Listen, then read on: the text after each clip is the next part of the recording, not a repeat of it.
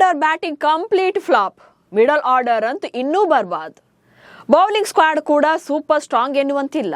Ireland ನಂತ cricket ಶಿಶುಗಳ ಎದುರಲ್ಲೇ ಕ್ಲೀನ್ ಸ್ವೀಪ್ ಆಗಿರುವಂತ ಭಾರತ ಈಗ ಕ್ರಿಕೆಟ್ ಜನಕರ ನಾಡಲ್ಲಿ 5 ಪಂದ್ಯಗಳ T20 ಸರಣಿ ಗೆಲ್ಲಬೇಕಿದೆ.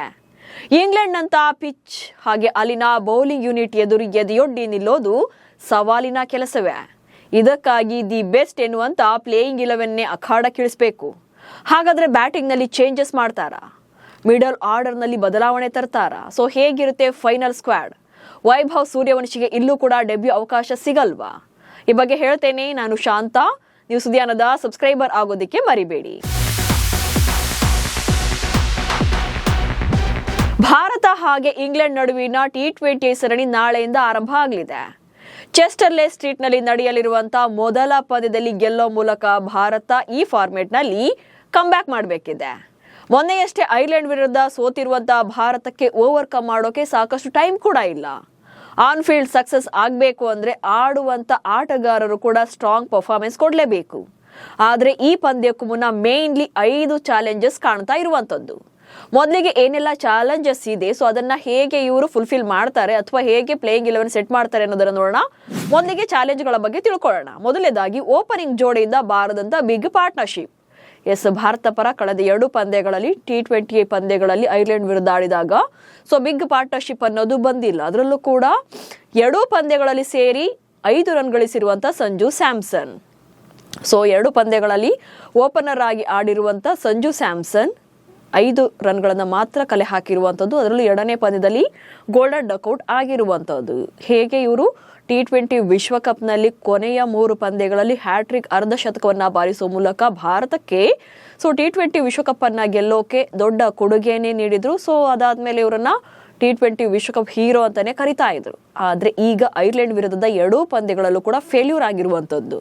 ಸೊ 2 ಮ್ಯಾಚ್ ಸೇರಿ 5 ರನ್ ಮಾತ್ರ ಸಂಜು ಕಡೆಯಿಂದ ಬಂದಿರೋದ್ರಿಂದ ಸೊ ಇವರ ಪರ್ಫಾರ್ಮೆನ್ಸ್ ನೆಕ್ಸ್ಟ್ ಹೇಗಿರುತ್ತೆ ಅನ್ನೋದು ಕೂಡ ಇಲ್ಲಿ ಮುಖ್ಯವಾಗುತ್ತೆ. ಅಥವಾ ಸಂಜು ಬದಲಿಗೆ ಬೇರೆ ಆಪ್ಷನ್ ತರ್ತಾರಾ ಎನ್ನುವಂತ ಚರ್ಚೆ ಕೂಡ ಇರುವಂತದ್ದು. ಜೊತೆಗೆ ಟಾಪ್ ಆರ್ಡರ್ ಕಂಪ್ಲೀಟ್ ಕೊಲೆಪ್ಸ್ ಆದಾಗ ಸೊ ಮಿಡಲ್ ಆರ್ಡರ್ ನಲ್ಲಿ ಶಿವಮ್ ದುಬೆ ಹಾಗೆ ತಿಲಕ್ ವರ್ಮಾ ಮಾತ್ರವೇ ಫೈಟ್ ಕೊಡ್ತಾ ಇರುವಂತದ್ದು. ಟಾಪ್ ಆರ್ಡರ್ ಏನು ಅಭಿಷೇಕ್ ಶರ್ಮಾ ಮಾತ್ರ ಮೊದಲ ಮ್ಯಾಚ್ ಅಲ್ಲಿ 49 ರನ್ಗಳನ್ನ ಹೊಡಿತಾರೆ. ಹೌದು, ಅದರಲ್ಲಿ 50 ರನ್ ಅಂತ ಹೇಳಿದ್ರು. ಬಟ್ ಆನಂತರದಲ್ಲಿ 1 ರನ್ ಮೈನಸ್ ಮಾಡಿರೋದ್ರಿಂದ ಅವರ ಅಧಿಕೃತ ಸ್ಕೋರ್ ಆ ಮ್ಯಾಚ್ ಅಲ್ಲಿ 49 ರನ್ ಮಾತ್ರ ಆಗುತ್ತೆ. ಇನ್ನು 2ನೇ ಪಂದ್ಯದಲ್ಲಿ ಗೋಲ್ಡನ್ ಡಕ್ಔಟ್ ಆಗಿರುವಂತದ್ದು. ಇನ್ನು ಟಾಪ್ ಆರ್ಡರ್ ನಲ್ಲಿ ಇಶಾನ್ ಕಿಶನ್ ಆಗ್ಲಿ ಅಥವಾ ಶ್ರೇಯಸ್ ಅಯ್ಯರ್ ಆಗ್ಲಿ ರನ್ಸ್ ಬರಲ್ಲ. ಸೊ ಮಿಡಲ್ ಆರ್ಡರ್ ನಲ್ಲಿ ತಿಲಕ್ ವರ್ಮಾ ಅಂತೂ ಓಕೆ, ಅವರು ತಿಲಕ್ ವರ್ಮಾ 2 ಪಂದ್ಯಗಳಿಂದ ಹೈಯೆಸ್ಟ್ ರನ್ ಸ್ಕೋರರ್ ಭಾರತ ಪರ 74 ರನ್ಗಳನ್ನ ಕಲೆ ಹಾಕಿದ್ದಾರೆ. ಬಟ್ ಸ್ಟ್ರೈಕ್ ರೇಟ್ ಇಂಪ್ರೆಸಿವ್ ಆಗಿಲ್ಲ. ಇನ್ನು ಶಿವಮ್ ದುಬೆ 45 ರನ್ಗಳನ್ನ 2 ಪಂದ್ಯಗಳಲ್ಲಿ ಕಲೆ ಹಾಕಿದ್ದಾರೆ. ಬಟ್ ಹಾಗಂತ ಮ್ಯಾಚ್ ವಿನ್ನಿಂಗ್ ಪರ್ಫಾರ್ಮೆನ್ಸ್ ಏನು ಬಂದಿಲ್ಲ.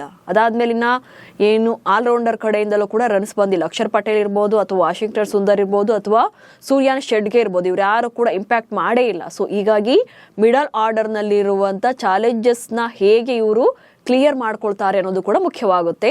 ಸೊ ಇಂಗ್ಲೆಂಡ್ ವಿರುದ್ಧದ ಸರಣಿಗೂ ಮುನ್ನ. ದೆನ್ 4ನೇ ಪಾಯಿಂಟ್ ಅಂದ್ರೆ ಆಂಗ್ಲರ ಸ್ವಿಂಗ್ ಹಾಗೆ ವೇಗದ ಬೌಲಿಂಗ್ ಎದುರು ಬ್ಯಾಟಿಂಗ್ ಕಷ್ಟವಾಗಬಹುದು.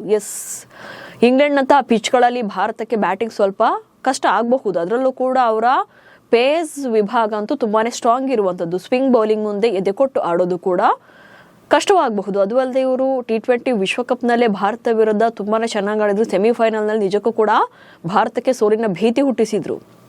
ಸೊ ಇಂಥ ಇಂಗ್ಲೆಂಡ್ ವಿರುದ್ಧ ಚೆನ್ನಾಗಿ ಪರ್ಫಾರ್ಮ್ ಮಾಡುವಂತ ಸವಾಲು ಕೂಡ ಭಾರತಕ್ಕೆ ಇದೆ. ಇದೆಲ್ಲಕ್ಕಿಂತ ಮೇನ್ಲಿ ಟೀಮ್ ಇಂಡಿಯಾ ಆಗಿರುವಂತದ್ದು ಶ್ರೇಯಸ್ ಅಯ್ಯರ್ ಅವರ ಕ್ಯಾಪ್ಟನ್ಸಿ ಜೊತೆಗೆ ಬೌಲಿಂಗ್ ರೊಟೇಷನ್ ಹೇಗೆ ನಿರ್ಧಾರಗಳನ್ನ ಮಾಡ್ತಾರೆ ಅನ್ನುವಂಥದ್ದು. ಶ್ರೇಯಸ್ ಅಯ್ಯರ್ ಐರ್ಲೆಂಡ್ ವಿರುದ್ಧದ ಸರಣಿ ಮೂಲಕ ಕ್ಯಾಪ್ಟನ್ ಆಗಿ ಭಾರತ ತಂಡಕ್ಕೆ ಕಂಬ್ಯಾಕ್ ಮಾಡಿದ್ರು. 3 ವರ್ಷಗಳಿಂದ ಭಾರತ ತಂಡದಲ್ಲೇ ಇರಲಿಲ್ಲ.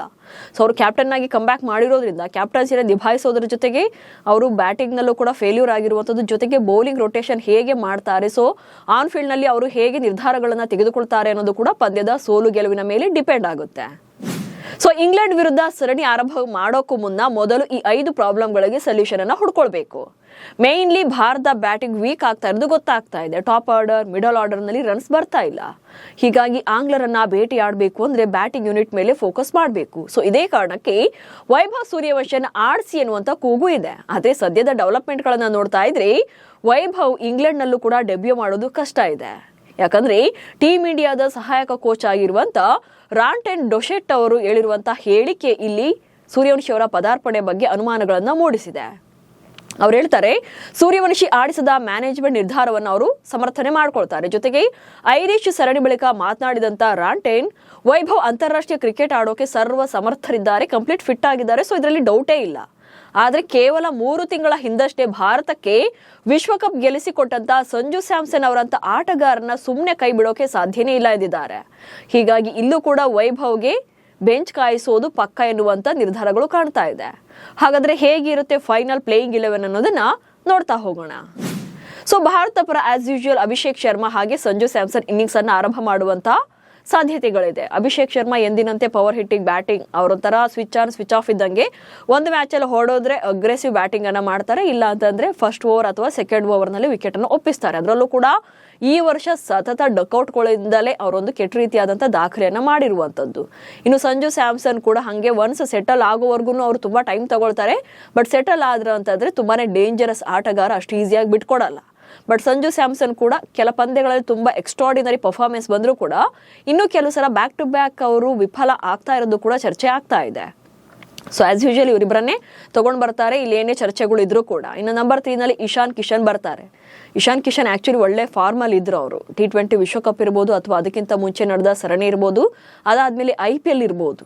ಆದ್ರೆ ಈಗ ಐರ್ಲೆಂಡ್ ವಿರುದ್ಧ ಅವರು ಸದ್ದು ಮಾಡಿಲ್ಲ. ಸೊ ಇಂಗ್ಲೆಂಡ್ ವಿರುದ್ಧ ಅವ್ರ ಕಡೆಯಿಂದ ಒಂದು ಒಳ್ಳೆಯ ಸ್ಕೋರ್ ಬರಲೇಬೇಕಿದೆ. ಜೊತೆಗಿನ ಶ್ರೇಯಸ್ ಅಯ್ಯರ್ ಭಾರತ ಪರ T20 ಪಂದ್ಯ ಆಡಿ 3 ವರ್ಷಗಳೇ ಆಗಿತ್ತು. ಐರ್ಲೆಂಡ್ ವಿರುದ್ಧ ಕ್ಯಾಪ್ಟನ್ ಆಗಿ ಬಂದರೂ ಕೂಡ ಕಳೆದ 2 ಪಂದ್ಯಗಳಲ್ಲಿ ಅವ್ರ ಕಡೆಯಿಂದ ಮ್ಯಾಚ್ ವಿನ್ನಿಂಗ್ ಅಥವಾ ಗ್ರೇಟ್ ಎನ್ನುವಂಥ ಪರ್ಫಾರ್ಮೆನ್ಸ್ ಬಂದಿಲ್ಲ. ಸೊ ಅವರು ಇಲ್ಲಿ ಕ್ಯಾಪ್ಟನ್ಸಿಯನ್ನ ನಿಭಾಯಿಸೋದ್ರ ಜೊತೆಗೆ ತಾವು ಕೂಡ ಇಂಡಿವಿಜುವಲ್ ಪರ್ಫಾರ್ಮೆನ್ಸ್ ಅನ್ನ ಕೊಡಲೇಬೇಕು, ಇದು ಅವ್ರಿಗೂ ಕೂಡ ಅನಿವಾರ್ಯ. ಇನ್ನು ತಿಲಕ್ ವರ್ಮಾ ಏಷ್ಯಾ ಕಪ್ ಅಲ್ಲಿ ಭಾರತ ಪರ ಅದ್ಭುತವಾದಂತ ಇನ್ನಿಂಗ್ಸ್ ಬಂದಿದ್ದು ಬಿಟ್ರೆ ಅನಂತರದಲ್ಲಿ ಅವರು ಕಂಪ್ಲೀಟ್ ಆಗಿ ಡಲ್ ಆಗಿದ್ದಾರೆ. ಸೊ IPL ನಲ್ಲೂ ಕೂಡ 1-2 ಪಂದ್ಯಗಳಲ್ಲಿ ವಿನ್ನಿಂಗ್ ಪರ್ಫಾರ್ಮೆನ್ಸ್ ಬಂದರೂ ಕೂಡ ಉಳಿದೆಲ್ಲ ಪಂದ್ಯಗಳಲ್ಲೂ ಕೂಡ ಅಂತ ಹೇಳಿಕೊಳ್ಳುವಂತ ಪ್ರದರ್ಶನ ಬಂದಿರಲಿಲ್ಲ. ಸೊ ತಿಲಕ್ ವರ್ಮಾ ಕೂಡ ಚೆನ್ನಾಗಿ ಆಡಬೇಕಾದಂತ ಅನಿವಾರ್ಯತೆ ಇದೆ. ಇನ್ನು ಶಿವಮ್ ದುಬೆ ಇರ್ತಾರೆ. ಶಿವಮ್ ದುಬೆ ಆಕ್ಚುಲಿ ಕಳೆದ ಪಂದ್ಯದಲ್ಲಿ ಒಂದು ರೀತಿಯಾಗಿ ಫೈಟ್ ಕೊಡೋಕೆ ನೋಡ್ತಾರೆ, ಬಟ್ ಅವ್ರ ಕಡೆಯಿಂದ ಸಾಧ್ಯವಾಗಲಿಲ್ಲ.